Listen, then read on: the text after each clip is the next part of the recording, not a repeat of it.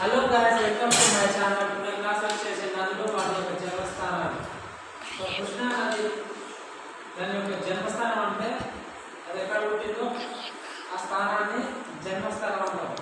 So Krishna నది యొక్క జన్మస్థలం ఎక్కడ? జన్మస్థానం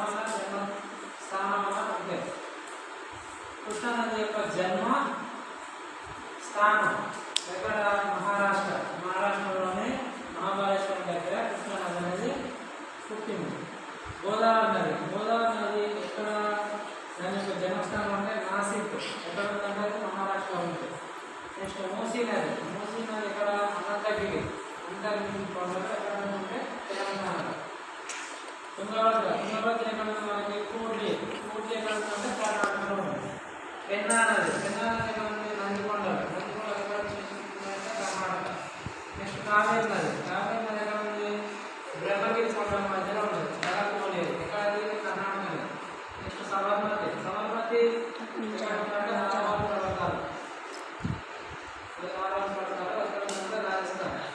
నెక్స్ట్ నర్మదా ఎక్కడ పుట్టిందంటే అమరకంట పర్వతాలు కూడా పుట్టింది. అది ఎక్కడ ఉందంటే మధ్యప్రదేశ్.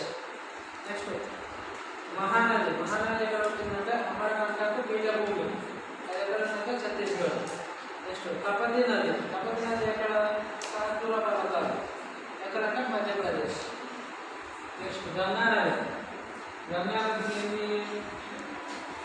మంచినీటి నది అనేదిగా పిలుచుకోవచ్చు.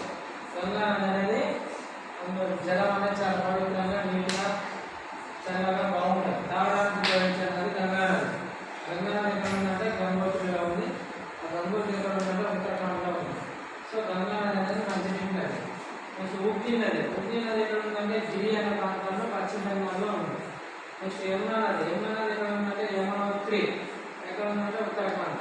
నెక్స్ట్ బ్రహ్మపుత్ర నది ఎక్కడ ఉందంటే షమయం ఎక్కడ ఉందంటే టిబెట్. సట్లెజ్ నది ఎక్కడ ఉందంటే కైలాష్ శిఖర్.